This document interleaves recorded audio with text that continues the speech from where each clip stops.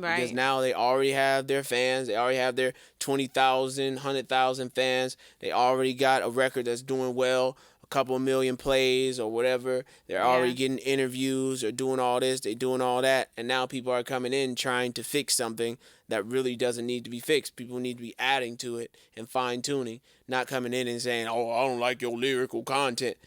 Well, my lyrical content is what got me to this point. Right. I don't If like you had the a problem, you should have said something. Oh, yeah, not what you need, and that is all. Nothing to say. Try to take my spot, yeah. You better breathe. Don't run, cause I will spray. I got my. What up, what up, what up? This is your boy Matt B. And it's your girl, Angela. And welcome back to another episode of Beyond the Music. Now, before we get started, I just want to say make sure you hit that subscribe button. Make sure you turn on that notification bell. We going crazy right now. You know how we do. We just going to go ahead and dive right into it. Whatever happened to artist development? So, artist development, I feel, is defined as the process of developing an artist. And essentially, the artist team or the manager or the label, they go and they establish with the artist what their goals are and what the artist sound should be, what they want the artist to do in their career, and then from there they outline their careers as they see fit. Now, it's a long and tedious process. It sometimes takes years. A lot of people think it takes months, but this could take years, especially depending on where the artist is starting, if they're starting from ground level or if they're starting from mid-tier or whatever. This could take a lot of time and a lot of money, and that's typically why labels don't do it anymore. Yeah. So and a lot of people try to skip that step, especially with like how social media is. Things are really like instant, and so because of that, a lot of people are just like, oh, I don't need to develop my sound or develop my image. I can just put my music out and then it is what it is. And people will find me, and then after I get my hit record, then I can develop my sound or develop my image or whatever. But really the key is to develop who you are as an artist in the beginning, because you'll have clearer goals, a clearer path. You'll be able to, just a lot of things in your career just are a lot easier. So, and you're able to establish a lot more longevity in your career, which we'll get to later. But that's essentially what artist development was and is. Man, and it's just too bad because unfortunately now people don't even really do that anymore. No. And the artist is really just, they're on their own to develop themselves like a good 99% of the time, and most labels or most people in general won't touch them. Yeah. Until they develop themselves to a certain point. And then once they do, then everybody wants to come in and then redevelop someone who has already developed themselves. Right. And how does that work? Ridiculous. I mean, it's just, it doesn't make any sense. But, I mean, everybody wants to try and fix something that's not broken rather than trying to help someone to get to the point where they don't need to do any of that. And, I think that that's one of the reasons why so many artists struggle and they deal with so many different emotional ups and downs and stuff, is because they try to develop themselves. Some people do a good job at it. Some people don't.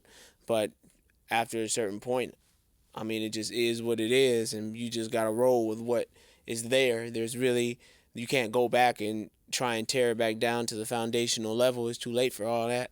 And artists find themselves backed up against the wall where now they're struggling with a whole bunch of different things, whether it be depression or anxiety or suicidal thoughts and things like that, because they weren't prepared for what this industry is today. Right. And, I feel like it's a struggle for a lot of artists to figure out, like you said, how to develop themselves. And a lot of people don't even really know where to start. And if you were to say to an artist who's struggling and just starting out, like, oh, I want to be a professional artist and be in the mainstream industry, where do I start? And if you were to say to them, you need to develop your sound or develop your artistry or develop who you are as an artist, like, a lot of them really wouldn't know what you're talking about or how to even start.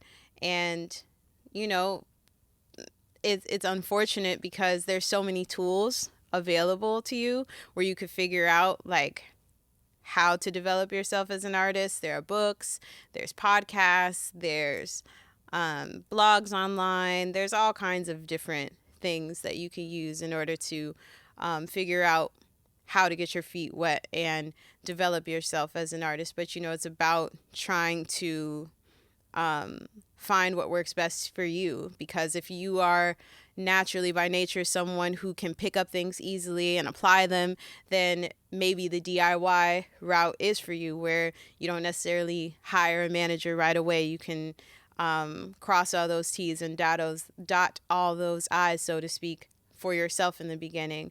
But if you're the type of artist who's like, I don't know what that is, I really am not interested in trying to do that, then you probably do want to hire a team or a manager or whatever it is you can afford, or barter a deal with them, so that way you can have a team to work on your behalf, so that way they can help you outline some of those goals and make some sense out of what typically is really a very confusing situation. And the industry is so fast paced, so that aspect of it doesn't help either. Right. So then that begs the question, what does it look like to be an artist who is developed enough to be put into the limelight or put like on the world stage or just introduced to their country or whatever? Because I even know, like, for myself, like, we were just looking at photos just recently of me back in like 2014, 2015-ish, when I signed my first deal out in Japan, and just looking at those photos, like the drip that you see right now, like this is a new Matt B. This because is advanced even if I Matt looked B. at myself back then, like I was an underdeveloped artist when it came to like my look, when it came to just how I was putting myself together. The music was there, but I had to still develop in that way. But what does it look like for an artist who's trying to do that? Because for a lot of artists, the blinders are on, whether it be with the music or their look or how they carry themselves, how they conduct themselves. So it's like, what do you do in that instance to bring yourself to the next level as an artist, knowing that you can't do it on your own?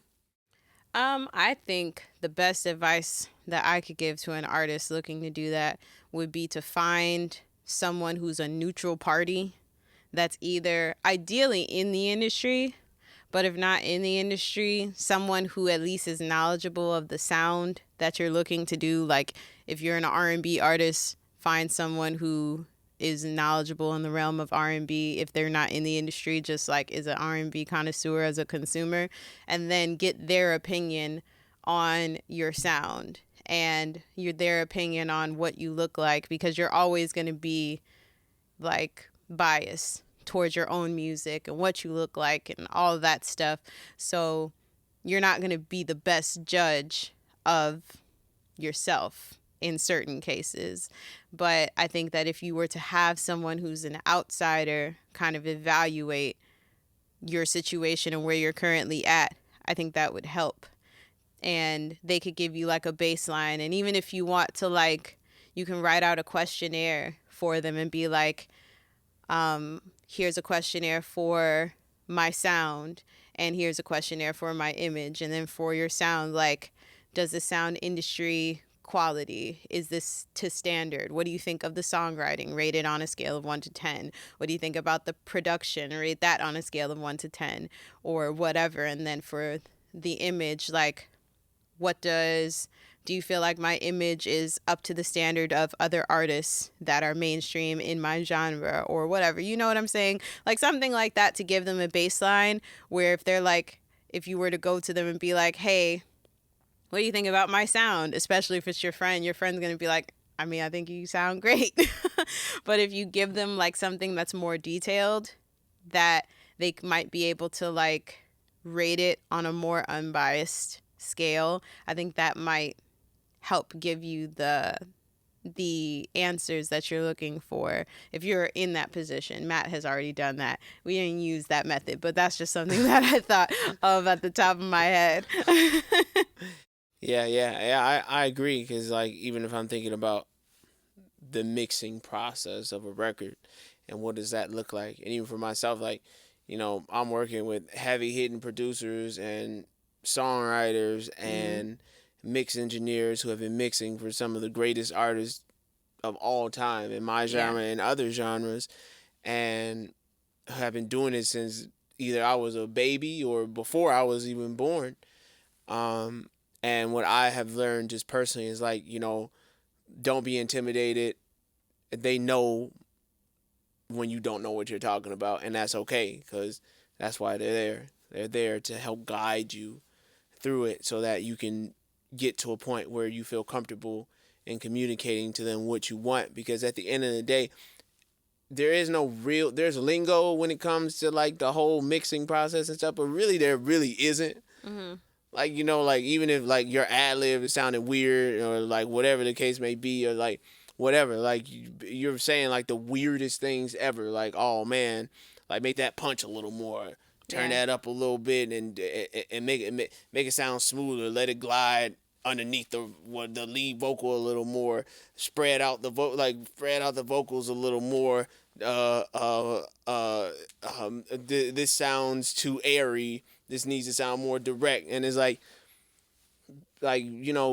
people don't really know what that means. That's like you build that with rapport with your sound engineer and all the rest of that stuff, because airy could mean something completely different to one person than it does to another. Right. Pitchy could mean something completely different to one person than it does to another. I mean, we definitely have learned that. Some of y'all. I won't go there. Stack my vocals or bring up that stack or bring up that double could mean something completely different to one person than it does to another. That instrument is too loud could mean something, like it's so opinionated. So it's like to hone your sound, to craft it. It's easy in the beginning phases because there's so much extra fat around it. But like that when you're fine tuning, trying to carve or trying to paint that Mona Lisa, that's when it really gets hard, because that's when you're really starting to fine tune and whittle away just a little bit of extraness. And if you just whittle it away just a little too much, then you end up having to start all over again, per se, because then like you morphed your sound too much. And it's like, I think a lot of up and coming artists, they struggle with trying to fine tune their sound. Right. And then on top of that, like there's so many things being thrown at them, like you're fine tuning your sound, you're trying to figure out your image, but you ain't got no doggone money, so you don't know, so you can't really dress the part. Yeah. And then you can't really afford the studio time, so now you barely can afford that, so you can't even afford the mixes. Yeah. Then and you can't really afford the photo shoots, so you're taking it on your cell phone, but really now that looks degraded, so now your quality isn't up to par. Your first music video looks like crap because you have a bad director, or you just have a really good camera but you don't know how to use it. So it's like all these things stacked against the up and coming artist, because the artist is trying to develop themselves while at the same time trying to keep it up to industry standard, but they don't even know what industry standard is, because they're looking through smokes and mirrors and they're working backwards. So you're looking at artists who are already established and thinking like, how do I recreate that? And in reality, you can never truly recreate that. Right. So I have a question. As an artist who is just starting out or is looking for advice, what would you tell an artist who is trying to develop their sound and develop their image, and how, like, when they're in the stages of receiving feedback from someone or receiving constructive criticism? If someone said, here, I want to help you, let's start from square one. Your song sucks. This sucks. I think you should do this. I think you should do that. How, as an artist, do you differentiate between constructive criticism and insults? And how can you receive that constructive criticism to the point where you're not going overboard and doing everything that they say and you're keeping your originality? You know what I'm saying? I think it's a fine line to walk. I mean, it just means something different to every single person, because your music could be trash and that person is really trying to help you to bring it to the next level, or your music could be fine but it's just not the type of music they like. So right. Because of it, it's trash to them. So it's hard to say. I mean, I feel like You just got to feel the people out and make sure you're getting people on your team that you trust, where if they do say something to you, you know that they keeping it 1,000 with you. They keeping it a buck with you. They're not just telling you anything just because it's not their cup of tea or whatever. And sometimes that happens because opinions, they clash at times. But I mean, at the end of the day, if it's your music, you gotta make the final call. So I mean, if someone says your record is trash, and you don't think it is, you should drop it. Because at the end of the day, let the people speak. And then if it is trash, then don't do that anymore. but if it goes, it goes. But then at the same time, like, if you don't make the decisions for yourself, then there's always that what if in the back of your mind. And at the end of the day, you're the face of it. Mm-hmm. So if it does well, you're the face of it. If it does, you're the face of it. But regardless, you're the face of it. So the other person who has their opinions, they don't have to take that fall. They don't have to take that public fall. Right. So it's just like, oh, I mean, you didn't have to listen to me. And people start backpedaling. Man, why do y'all do that? People start doing all that. Y'all be abandoning ship. Yeah, so I mean, with so much to say. Right. So at the end of the day, I mean, the artist has to make that decision for themselves, and I mean, it's just very unfortunate, but that's what happens when you're the master and commander of your own destiny and your own ship. You gotta steer it, even if you don't know how to sail. Right. So essentially, you're saying that you should accept the constructive criticism and just kind of weigh the checks and balances of that with what it is that you're looking to do. And then from there, if you still feel like you should drop your music because you think it's hot, experiment with that and release the song and see how it does and let the people speak. But if the people don't respond or respond in the way you were hoping, then it probably was trash. And then you should reassess some things. Is that what you're saying? Or maybe it was trash, maybe it wasn't. Maybe it just didn't hit because you ain't got no fans. So, I mean, it's hard to say. Let it sit. I mean, at the end of the day, as an up-and-coming artist, if you are still that, then it's just a part of your catalog now, and it just sits there. And some people will like it, and some people won't. But until you start getting to that point where you carving out the Mona Lisa, like initially it's just a blank sheet of paper, but until you start really seeing a clear picture, you're really just throwing paint. And then eventually it starts becoming something, and that's when you got to start taking your paintbrushes and start really fine-tuning what it is that you're actually drawing. But until that point in time, what else can you do, especially with the lack of guidance that a lot of up-and-coming artists have, and it's because people don't want to be a part of something that's not successful. So Man, true. So because of that, you just really just out on your own until you get the success, which is just so ironic because you really can't be successful until you have the help to be successful. But people won't help you until you already look successful. So it's like a topsy-turvy world that one is living in, which brings me back to the whole thing about artists and how once they figure it out and they figure out what works for them and it starts moving, then all of a sudden people want to come in and they want to try and tear them back down to ground level and try and redevelop them, but it's too late. Right. Because now they already have their fans. They already have their 20,000, 100,000 fans. They already got a record that's doing well, a couple million plays or whatever. They're already getting interviews or doing all this. They're doing all that. And now people are coming in trying to fix something that really doesn't need to be fixed. People need to be adding to it and fine-tuning, not coming in and saying, oh, I don't like your lyrical content.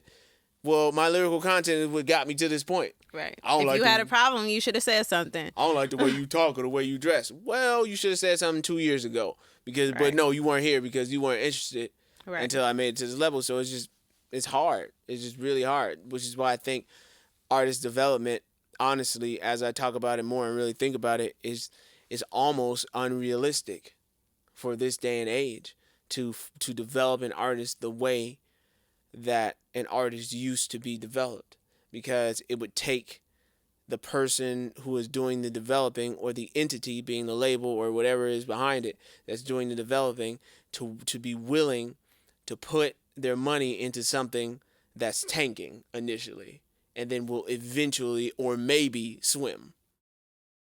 I wouldn't say it's unrealistic. I wouldn't say that it's unrealistic. I would say that it's not as common, but it's also not easy because people do it. Like we're doing it, right? We're not with a major label. We've never really been able to get a large, massive team behind us. It's always just been us and a couple of other people who are really invested into you and your artistry. And I think that it's possible for people to develop themselves with one other person, whether it's a manager or a publicist or whatever, a friend, or they could develop a small team of people, whether they pull in like one or two other people, and then from there they expand into artist development mode. Like, I think it's possible, and I don't think it's impossible. I just think it's difficult to find those people because a lot of people want money. Like, if you are just starting out and you're like, hey, I want a manager and I need someone to manage me. Typically, to get a good manager, you're going to have to pay in some way, shape, or form. You're going to have to pay, unless that manager is just super nice and wants to negotiate some type of deal where you don't have to pay them up front.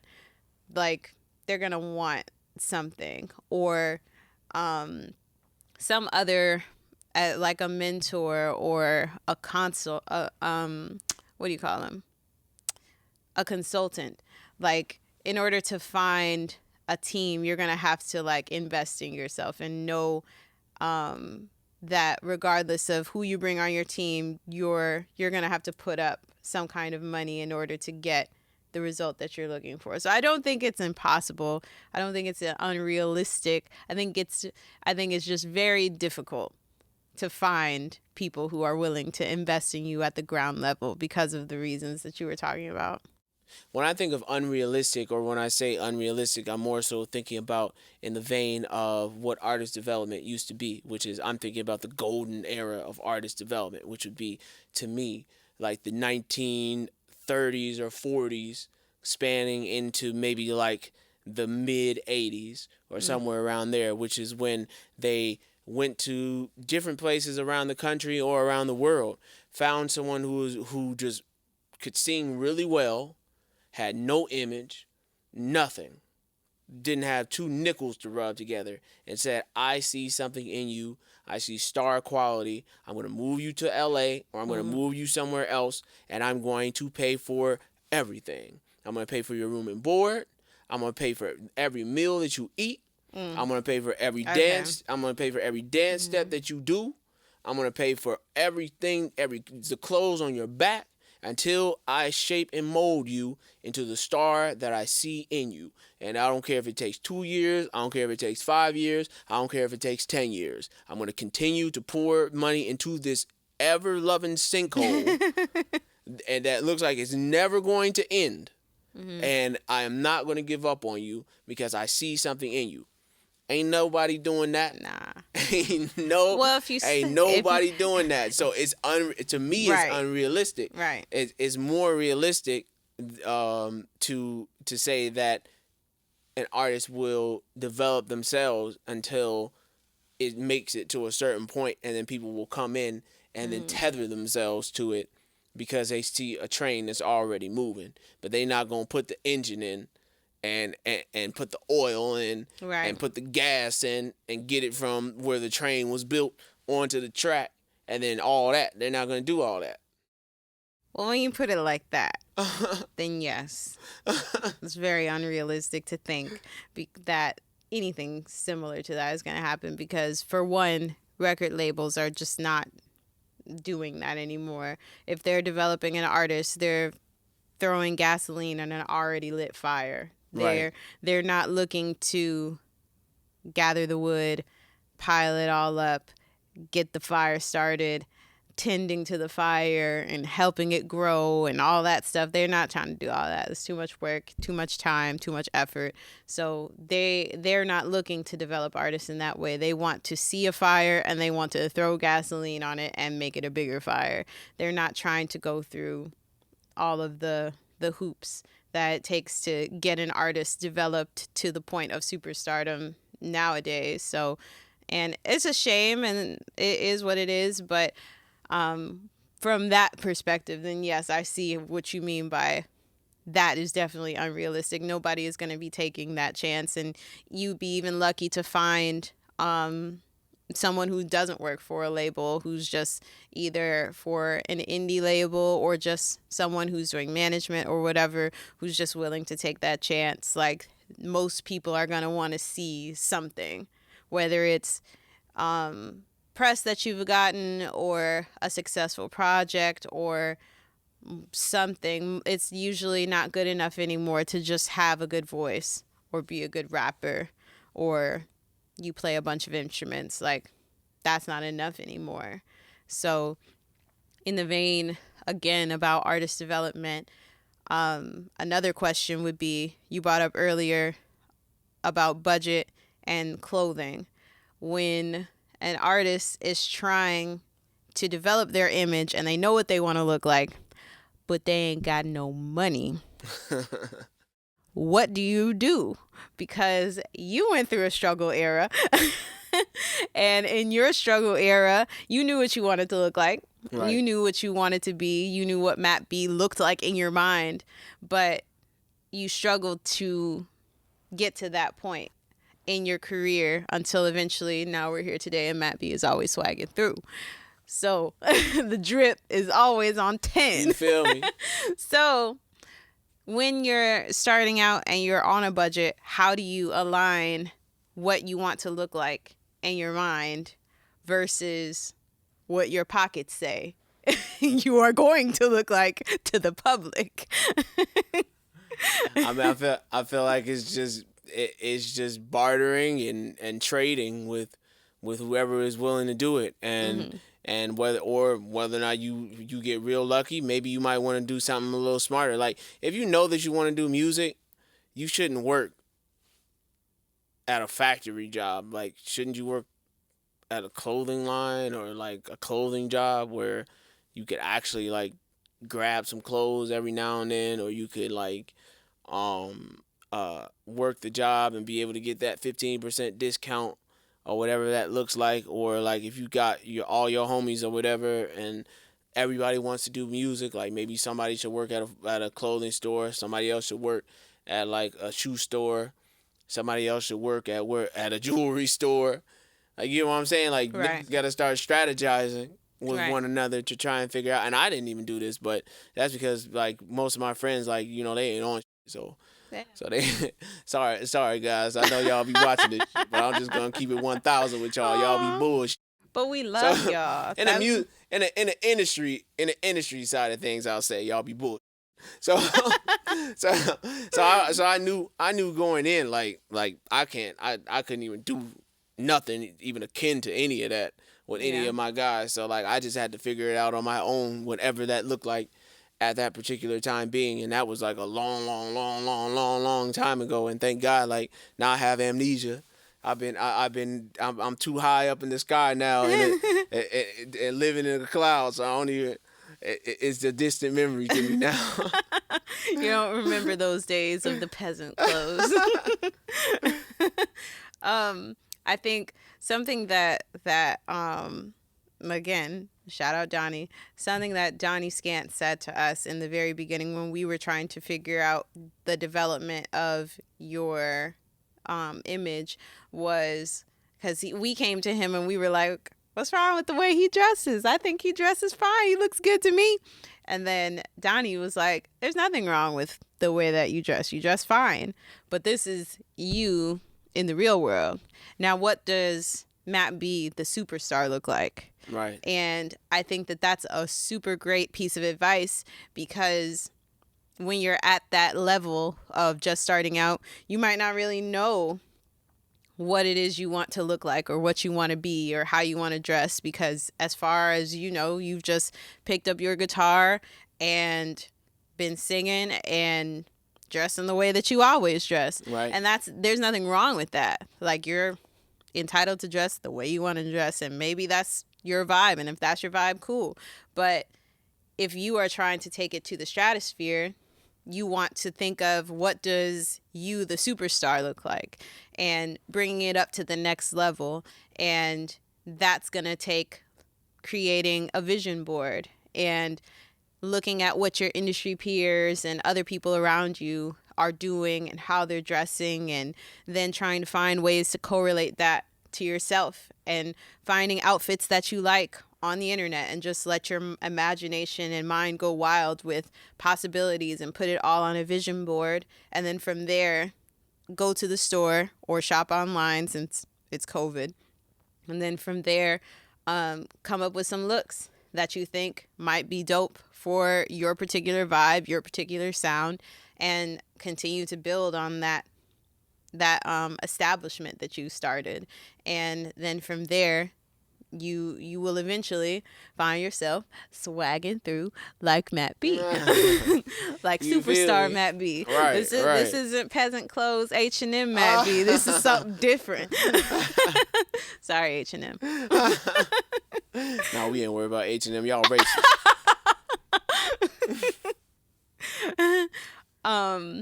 But on the subject of dope clothes and having drip on 10,000 100% of the time, we have to give a shout out to the #1 clothing line, Black owned, of course, in Chicago, Iridium Clothing, owned by Platinum. Shout out Platinum. We love you. Platinum is amazing. He's been designing clothes for forever. And I met him a long time ago at a fashion show. I don't even think he remembers this, but I used to model, and at a fashion show I met him, and he was doing his Iridium thing back then, and I thought his clothes were dope then. And then I found out that he had a store through the grapevine, and I was like, Matt needs these clothes. So we ended up linking with him for what shoot was that? Go Hard, right? Yeah. And Off the Matt, album. all of Matt's clothes and Go Hard in that music video. You guys can look it up on YouTube. Matt B, Go Hard. And all of those clothing items were Iridium, and they were fire. Yes, sir. So then from there, we were just like, we gotta work with Platinum. Right. So it's an honor to feature Iridium Clothing today on Beyond the Music. And Matt, let us know what you got here. You got first of all, let's get into your fit. Right, that's what I was about to say. Let's get into this. First of all, man, that looks like I own a burnt orange and black Lamborghini. the way that I'm swagging right now, this drip is just spectacular. Shout out to Iridium Life. Man. I love this outfit. I mean, it's Hold really on, let's comfortable. see the shirt. Let's see the shirt. Yeah, you feel me? Right. Come Iridium on. Chicago. You feel me? So it's like I love this outfit. I mean, it's super comfortable. It's something where it's high quality material. I got these in a couple of different colors because Platinum just went crazy. He was like, man, you wanna know what? He like, you feel me?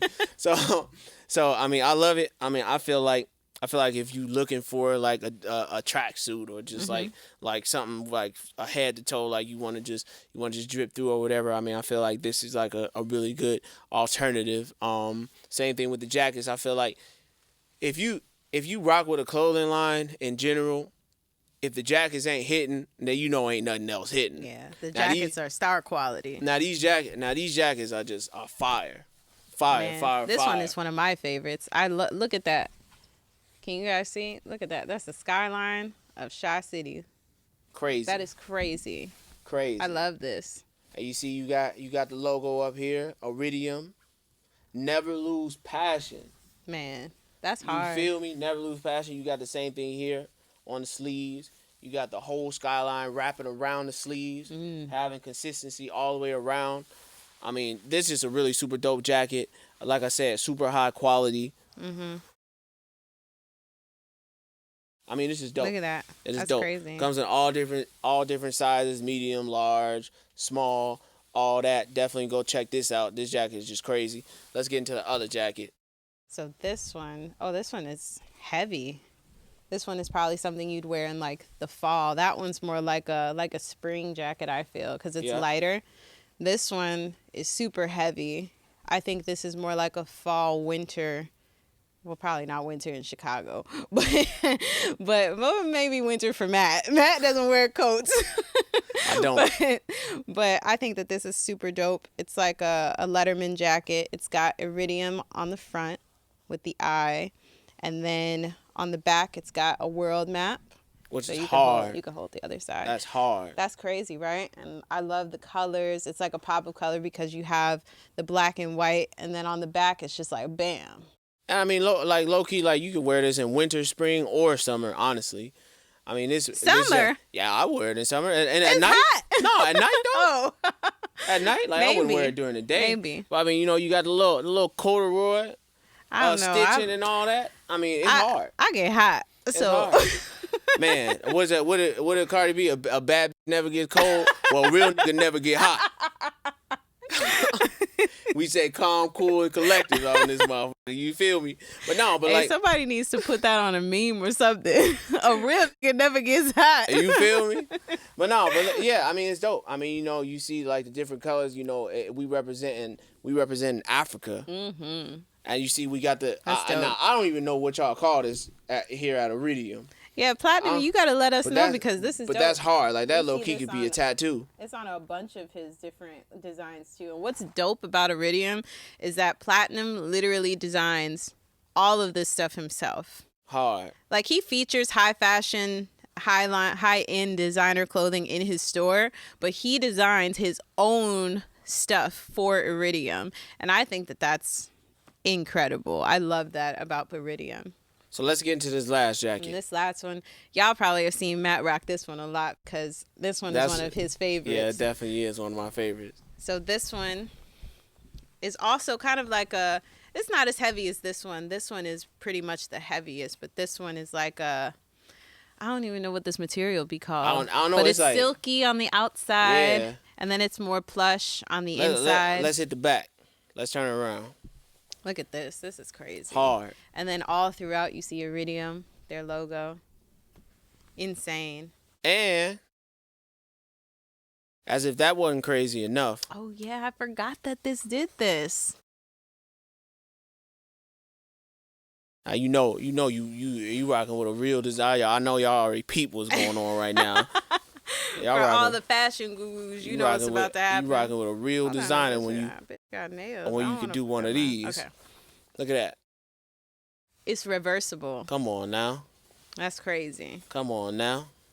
Now personally, stop it. I would always wear it in the opposite way because I think that this is crazy, but that's just me. Man. If you're more of a person who just wants to like not hurt them too much, this is a nice option to have. You feel me? But then you see when you want to go crazy though.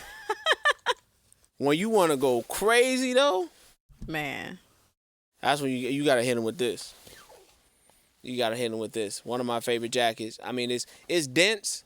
It has a nice weight to it. Yeah. But then at the same time, like I said, I mean, you could really rock this jacket summer, spring, fall, or winter. I'm not really a winter coat type of guy anyway. So like it could be like 2 degrees outside. I'ma rock this. Like, you feel me? Matt's gonna put on his Iridium hoodie and his Iridium jacket and be cool for the winter. Man, Iridium from head to toe. Iridium life. This is a lifestyle. Man. And then of course, you wouldn't be a wife or any kind of significant other if you ain't steal your man's hoodie. So when Matt told me that we were going to be featuring Iridium, I had to go scoot inside of his closet real quick and get his little Iridium hoodie. This is his, but it's mine today. And what's cool is, can y'all see the back? Hey, now that's clean. I love this back. That's clean. Crazy. Super clean. I'm a bling person. So instantly when I saw this hoodie, when Platinum was like, oh, Matt, you can wear this, I was like. She's like, yeah, go ahead, give it to him. Yeah, he could wear that. He could fit that. What size is that? A medium? Yeah, he could just about fit that. So it was his, but it quickly became mine too. So shout out Platinum. As you can see, she be stealing my clothes sometimes. She gonna be rocking this whole little burnt orange fit sooner than rather later. Man, in the next episode, you gonna see me in the burnt orange fit. So I mean, Iridium is an amazing brand. Obviously, I tried to fold these as delicately as possible for the second time around. I couldn't really get it. He didn't fold it This little second time at around. all. Maybe we should just turn it around this way like this, just so we can see. Well, that's how we're gonna do it for the rest of the podcast. Just so we can see what's really going on with this drip. Like, you feel me? That's better. So if y'all want to learn more about Iridium, y'all can go to Iridium Clothing Co. on Instagram, or you could go to www.iridiumclothingco.com. Shout out to my boy Platinum. He does nothing but fantastic designs. You don't just have to shop online. They do have a store at Block 37 downtown. Yeah. In downtown Chicago. Yeah, right off of Michigan Avenue. And what's crazy is that they just got a big, huge store upgrade. They used to have 2 different locations in Block 37, one on the first floor, and I think the other one was on the second floor.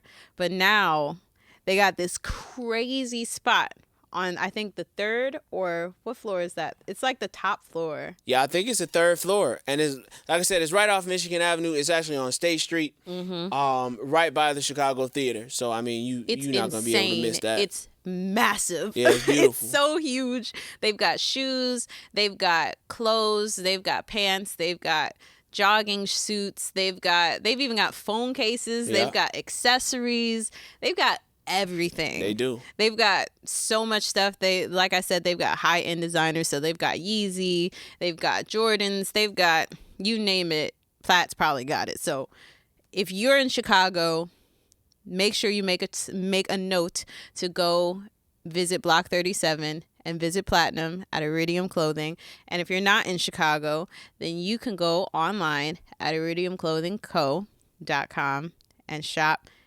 and make sure if you have a wife, get her size too, so she can steal her clothes. But they have women's stuff. But I don't know, there's something about like your husband buying something and then like you just like taking it. It makes it more comfortable. Like, this hoodie is soft, but I feel like it's soft because I took it. Well, shout out to my boy Platinum. Like Angela said, we love you. Definitely check out Iridium. Check out the clothing store. And when you do, tell them that Matt B sent you. Hey, and Angela, don't forget me. I'm really like the star. Matt is just like. I'm just here. I really don't know what I do. He's the comic relief. I am. He sings a little bit or something. Right. I fake sing. But anyway, let's get back into what it means to develop an artist, or what that looks like, or what are some strategies that someone could take as a team, or that people could take as a team in order to get their artist to the next level. I think something that's really important for people to assess and look into when you're first starting out, or even if you're mid-journey, really, really assess your PR skills, because a lot of people forget that as an artist, it's not just about putting out the music. You got to talk to people. And you don't just have to talk to fans. You got to talk to the media. And that is a whole nother ball game, because a lot of interviews are not scripted. It'll just be live, off top. And you got to know what it is you're trying to say, all the points you want to hit. And if you get a stale interview with a person who doesn't really know how to carry the interview or how to talk or whatever, like, you don't want to just sit there and be like, oh, yeah, okay. Yeah, my song, you got to check it out. Yeah. And not, like, you got to guide your interview. But the only way to know how to do that is to get the proper coaching, or look up online, like, how to conduct yourself when speaking to the media or speaking to anyone in PR. So, like, I think that's super important. You want to know what I used to do and still do? I talk to myself in the shower, and I talk to myself when I'm driving by myself. Matt B has already accepted 18 Grammys in his mind in the shower, by the way. Right. Like, I be hearing him in there. Like, no, I'd like to thank the Academy.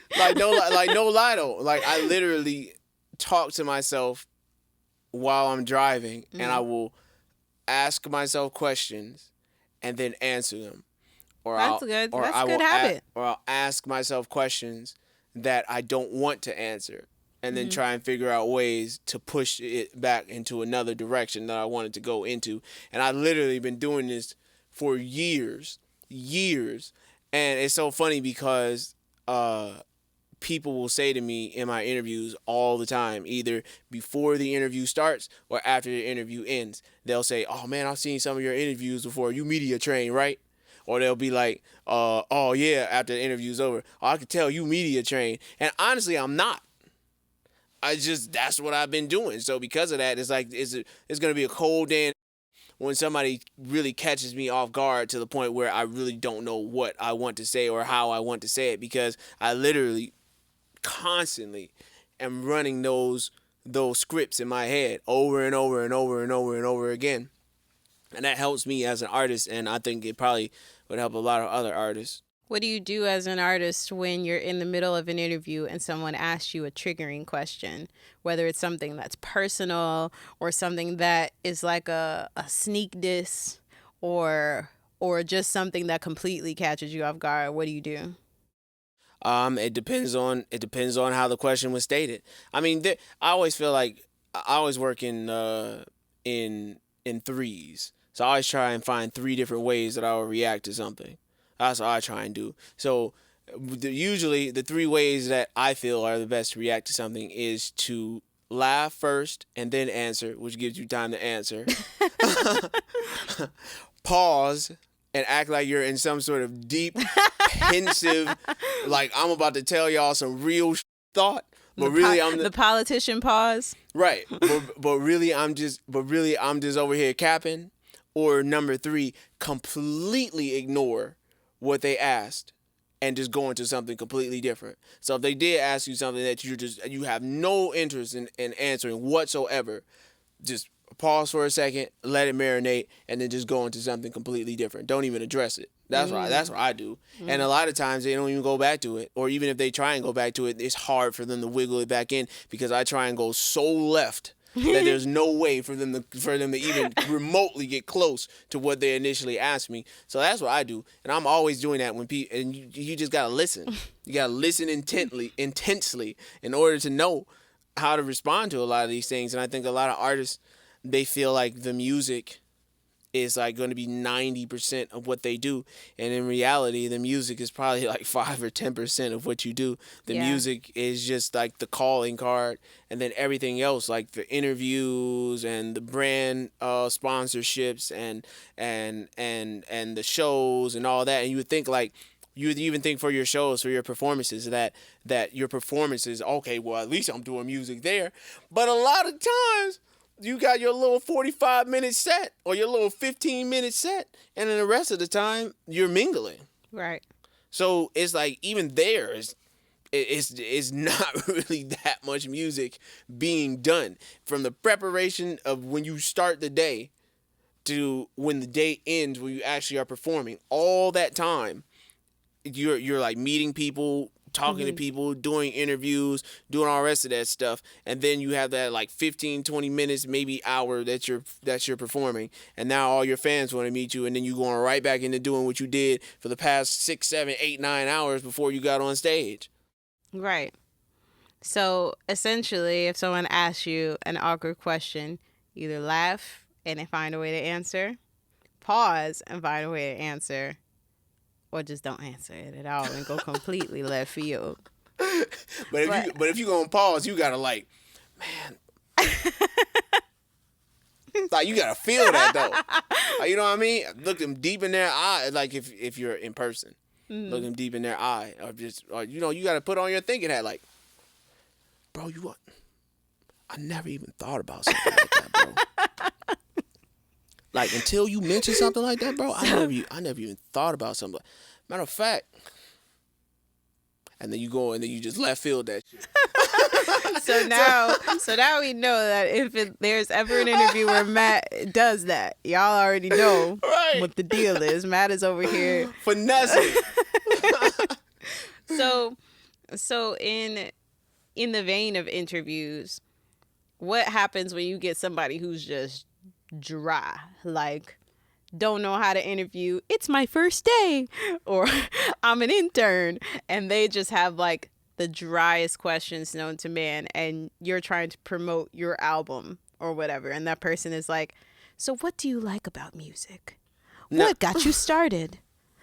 What would you say to your fans? Now, and they think that these are like pensive questions. Like they literally sat in front of a Google Doc and said, these are some deep questions. I think that's, and it's not. And like, what do you do? I think that's when I feel like, honestly, that might be one of the best interviews that you could give. Honestly, as an artist, because now someone's not trying to guide you into where they want you to go. You literally, it's a free for all. So you get to say whatever you want to say, do it however you want to do it, touch lightly on their questions, and then just touch on the points you want to touch on. And that's when I guess the media training does come into play, where you got to know like your talking points of what you want to bring up. And that, especially for artists, is like very difficult to remember. Yeah. Like, because your mind really doesn't work that way, because most artists are free spirits, so you're not really trying to be rigid with what you do or how you approach it. But I mean, if it's important to you as an artist, you got to know. You got to know those types of things. And I mean, it's like a conversation. Like, I could sit in front of a camera by myself for an hour and just talk to it, and no one else could be inside of the room. And you would think I'm having the time of my life, because you just have to be comfortable with doing something like that. So when someone is as dry as a Popeye's biscuit with no water, no drink, right, with no water, like, that's what you got to do. You got to find a way to navigate that. And now that person just becomes a soundboard. Anything that they're really saying to you really doesn't is negligible. It's just an opportunity for you to respond. That's all. They're just posing what they pose, and you're going to respond in the way that you want to respond. And that's your opportunity to just expand on whatever it is that you want to expand on. And I tell Angela all the time, like, interviews are conversations. The whole purpose of the interviewer asking you questions isn't necessarily for you to answer the question. So that's not the goal. The goal is to create an environment to spark conversation. So if you think about it that way, then I'm not trying to answer a question of what my favorite food is. that just sparks more conversation. Are you a foodie? I don't really. Do you not really eat food? Have you ever been anywhere outside of the U.S. where you've eaten something? Like, right. I mean, those types of things start to come to mind. So it just depends on how creative you are as an artist that determines whether or not you're able to expand upon a question that really is a dud. So if the interviewer says, "What's your favorite color?" you shouldn't say blue. I would hit him with my favorite color. You want to know what? That makes me think about my childhood. Because even as a kid, like, do you really even have a favorite color? Like, isn't that something that somebody really assigns to you? Because, I mean, honestly, like, if your mom put you in a blue shirt all the time, your favorite color may be blue. But then, was that really your favorite color? What if you were wearing a black shirt? Would that be your favorite color? Maybe blue was your favorite color because your mom always put you in a blue shirt. Right. And so blue reminds you of your mother. Right. So it's like that question, or that question can be anywhere. You want to know what? Matter of fact, I got put in blue shirts so much that I decided that I don't like blue. So now, you know what I mean? So the conversation just goes completely left field. And I think that's a beautiful thing in interviews, because it makes them more interesting. So the purpose isn't necessarily to answer the question that your favorite color is black or blue. Right. In my personal opinion, the purpose of that question is to get you to expand upon it and think a little deeper and push it somewhere that the interviewer didn't even think that it was going to go. Right. So in sum, for PR, we want to be less direct when answering questions. You want to be expansive with your statements. If you get a dud interview, you want to make sure that you use that as an opportunity to basically have a free-for-all, and not literally have a free-for-all while y'all just saying anything, but like use that as an opportunity to sell your talking points. And I think in the vein of selling talking points, we have to remember that as an artist, I always talk about it, have your goals. And when you have your project, let's say an album, you want to, once you're approaching the media, have those talking points that or that are your goals. Like when I talk to the media, I want to make sure that I say blah, blah, blah. I want to make sure I tell them that my album charted, who it was produced by, and how many streams it got. Or did I record it at a huge studio that's renowned and everybody knows what it is. Like if those are your talking points and those are your media goals and whatever, and then if you get a dud interview, that's your opportunity to mention those things. So, and I also think that it's important to say, because I'm not really sure why this is so popular, but it's important to approach every interview with a cool head. Because some of y'all be getting on interviews, I don't know what happens. Like, the average person is so mad these days that, like, that's true. Y'all be, I'm not really sure where the disconnect happens, but people be getting on these interviews and just thinking they can just talk to people any kind of way. And you should always, like, even if the interviewer is trying to come crazy, like, woosah, take a minute. Like, do Matt B's presidential pause and just think about it and assess your response instead of, like, trying to go in on somebody. Like, I don't know. That's just me. And honestly, I mean, you control the situation as the artist. You control the dynamic. Somebody could literally ask me a question, and I could just sit there and stare at them for 2 minutes. Kanye does that. And not feel bad. Because I am here because you want me here, because you want these views. I can do whatever I want to do. Now, whether or not I get invited back is another story. But while I'm here in this seat, I can say whatever I want to say. I can do whatever I want to do. Point blank, period. And ain't nobody going to stop me. Right. So if I want to sit inside of the interview chair and I want to be bratty and I don't want to answer any questions, it's better for me not to answer a question and just sit there and stare at your booth than it is for me to go crazy and make myself look bad.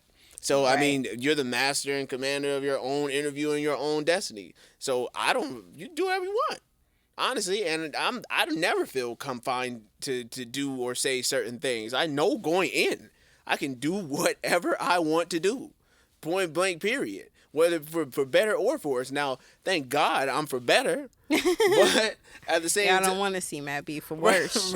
Right. But at the same time, I mean, it's just like, that's your opportunity. Show your personality. Who knows? Maybe you rub somebody the wrong way, but maybe that might go viral. But that's just your authentic self. So, I mean, you just got to be yourself inside of interviews or just anywhere as an artist in general. You just got to be yourself. Like, even for myself, and like, Lord knows I shouldn't be public speaking at all. I mean, when I was a shorty, I had a lisp. I had a speech impediment. I had a stutter. All that. Like, and I'm talking to people? Bro, if I can talk to people, anybody can talk to people. I mean, let's be honest here. So, I had a couple more things against me, too. So, I mean, it's like, I figured it out. So, if I can figure it out, anybody can. Right? Yeah, it's about assessing your strengths and your weaknesses, and then from there, finding ways to navigate that, especially as it pertains to weaknesses. Like, you don't want to allow your weakness of being shy in front of a camera to stop you from pursuing your dream. Like, there are lots of musicians who love music, super passionate about it, love everything about the creative process, doing the albums, all that. But when it comes to doing an interview on camera, they like, that is not, But they have to find what makes them comfortable in those situations, and finding a way to center themselves so that way they can make it through and do what it is that they need to do to get through the interview and hit their talking points and all that. Well, if I can do it, anybody can do it, because Lord knows, even to this day, I be stuttering like crazy. Like, I just get stuck on words. And Angela will tell you, like, I'll be there, man, and I'll just be stuck.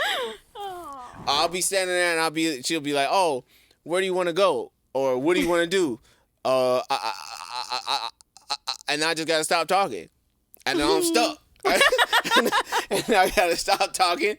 And I got to let my brain refresh. I got to say something else. So, as I do, I fucking restart my shit. So, But my stutter. That's why you got to restart it. You a motherfucking Windows. Right. You got to get the Mac. Right. Mac be fucking up too. So it's like even when we're filming these podcasts, like I gotta make the conscious effort to take my time when I speak, because if I don't, like even if I say, like there are certain words that I say that's gonna get me stuck every single time. Like even the word "and." Like even earlier, I was about to get stuck on "and." So I'll mess around and I'll just be stuck, and I know that. So because of that, I got to take my time, and it's something where I'm not embarrassed about it. I'm not anything. It's just a part of who I am and a part of my personality, and it always has been. But I have found ways to shape around it, and I think because I'm comfortable with it, that's why I can control it. But if I wasn't comfortable with it, I wouldn't be able to control it. So I'm sure a lot of people will probably watch this and be like, damn, I didn't notice that. Yeah. But bro, yes. It's there. I think your stutter is cute. Well, thank you. I like when he stutters. He doesn't like when I point it out.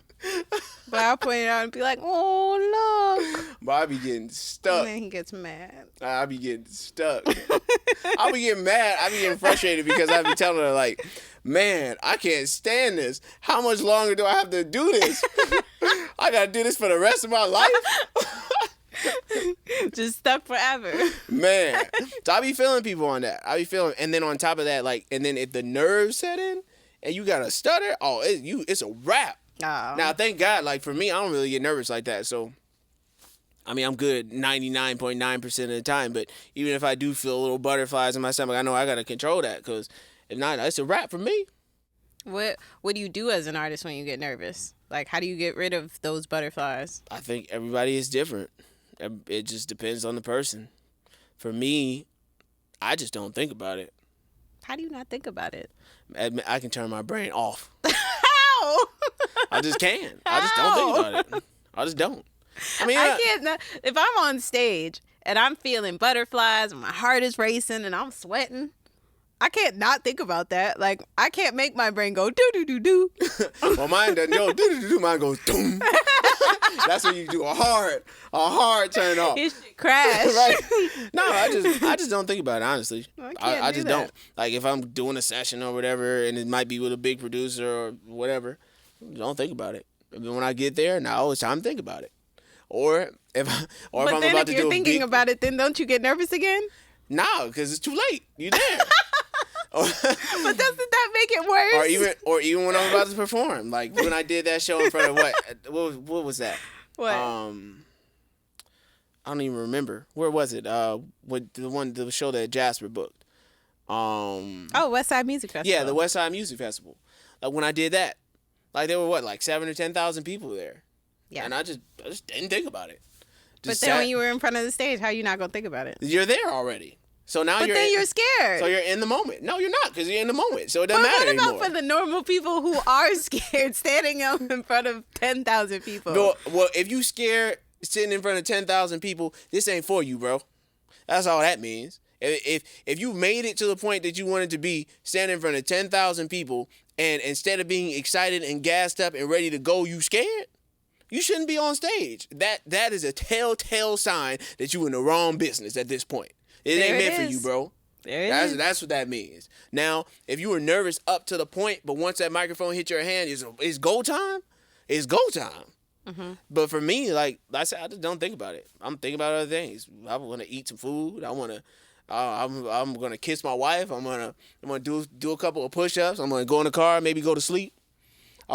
Maybe I'm thinking about a fruit platter or something like that, or I'm writing another song in my head or whatever, and then from there, like it's like, okay, it's go time, and then I'm chilling by the stage. I don't want to amp myself up prematurely, so I'm just chilling, and then from there, the microphone hit my hand, and I'm gassed the fuck up because I done held back this whole time. Now I'm gassed up. Works for me. Well, that is why he's the artist and I do management. Because the way my brain is set up, I can't do the on-off stuff. I tell Matt all the time, like, even when it's time to be in the bed, I'm that person that lays down and is like, okay, good night. Where the my birth certificate at? I shouldn't be thinking about that. Never mind. Good night.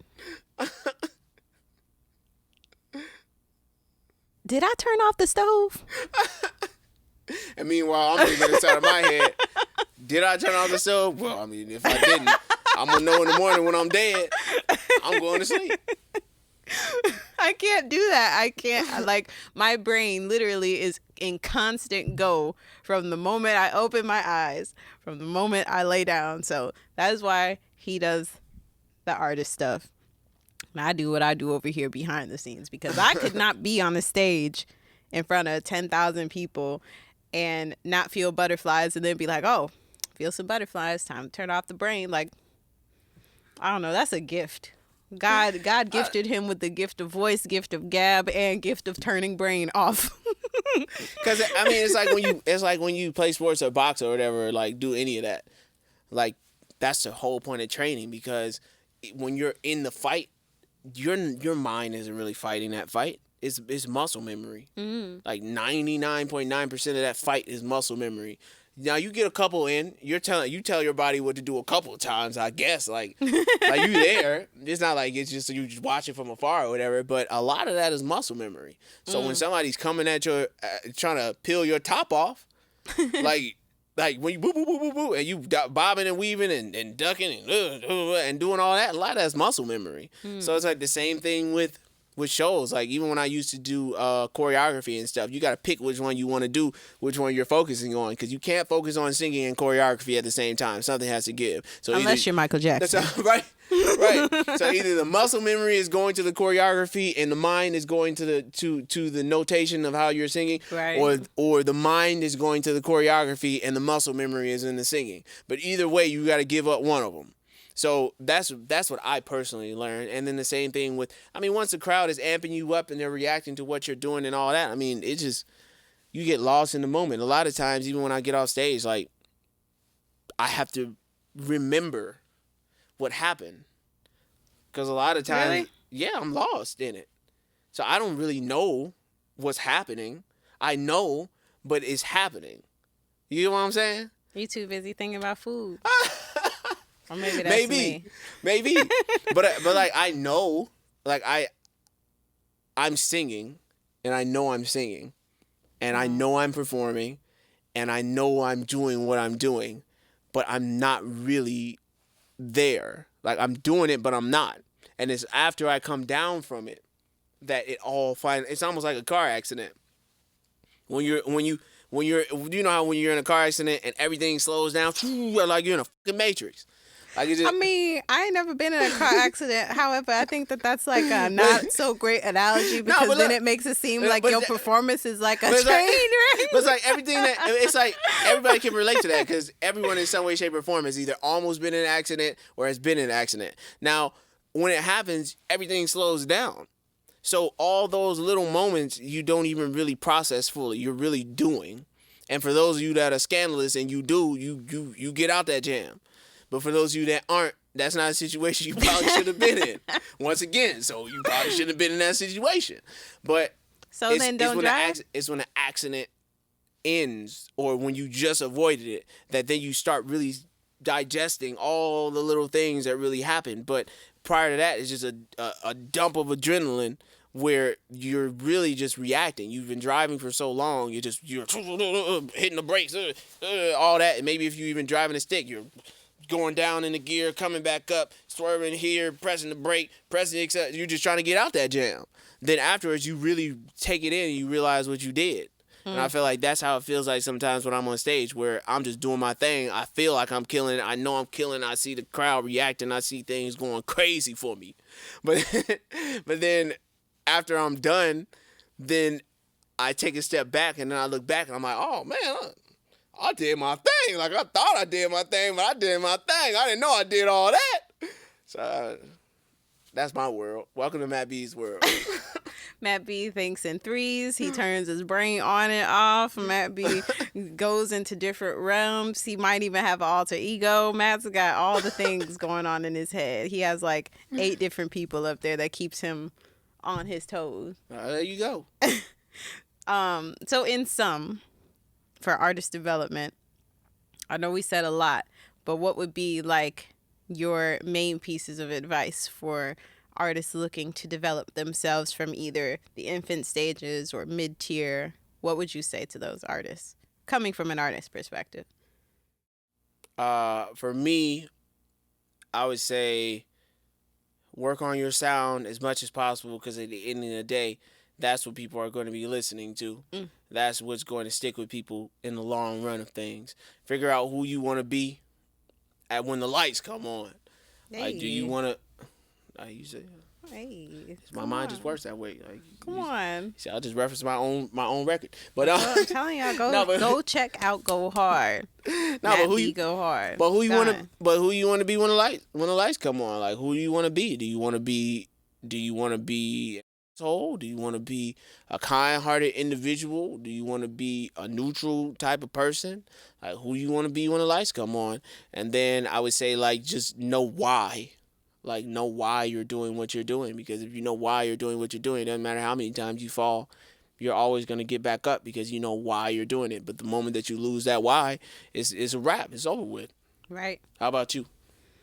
I think very similarly. I think another thing that's important for artists to work on, like I said earlier, other than PR, would be really focusing on the production and the songwriting aspects of your music, because a lot of people will focus on like how they sound, like they're singing or they're rapping and their cadence, but like another really important facet of whether or not people are even going to be attracted to your music is your production and what it sounds like to their ears, whether that's the actual instrumentation or the mixing, the mastering, like all of that needs to be on point.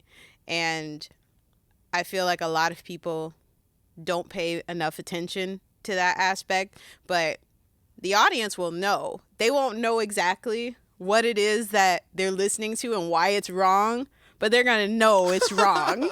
They're going to be like, I don't know why this sounds bad, but it sounds bad. They will. And really, if you boil it down to what it is, it could be a bad mix. Yeah. Or it could be a bad master, or it could just be the production is just garbage. Like, it could be any number of things, but the audience is going to pick up on it right away, and they're just going to go to the next song. That's true. And a lot of people don't focus on that aspect. So I think that when you're developing your sound, to piggyback off of what Matt was talking about, you really want to pay close attention to the actual production and instrumentation and your songwriting, what it is that you're saying. Like, are you telling a story? And if you are telling your story, is it being stated in a way where the audience can relate? And like all of those different elements. And I'm not really sure how an artist could go about doing all of those things. I know a common method is to pull beats off of YouTube, but another thing you could do is find a beat on YouTube that is inspiring to you, maybe do a demo to it, and then have someone reproduce it. And then from there, you could find someone who works at your local studio in your city or in your neighborhood and have that person mix and master and all of that stuff. You don't want to, unless you know what you're doing, you probably don't want to do it yourself. Because most people are, I promise you're probably going to do it wrong. I promise. Because I would do it wrong. I don't know how to do that. So you really want to get somebody who is skilled in what it is that you're looking for and can help you get close to that industry sound. And it's really hard to get what you're looking for by just ripping a beat off of YouTube. Like, that worked back in the day, but I find less and less people are starting to do that. Yeah, I agree. And that is going to do it for this episode of Beyond the Music. What do you think? Whatever happened to artist development? Do you believe that it's still happening? Do you believe that it isn't happening anymore? Do you think that everything that we just said right now inside of this podcast is cap? We want to know. leave a comment. We will reply. For everybody that's listening on all the streaming platforms, definitely consider going to YouTube, going to Instagram, checking it out, because we do it in video format, and we want to know, what do you feel? How do you feel about what we talked about? Elaborate on it. We want this conversation to continue. This is your boy Matt B, and you can follow me at Matt B World. That's MATTB World. And it's your girl Angela. You can follow me at Angela V. Benson on Instagram. And shout out once again to Platinum over at Iridium Clothing Co. We love you. And if you are rocking with Iridium and want to learn more, want to buy some of their clothes, I don't blame you. You should go to iridiumclothingco.com, or you can visit them on Instagram at Iridium Clothing Co. That's going to do it for this episode of Beyond the Music. The conversation continues. Peace out.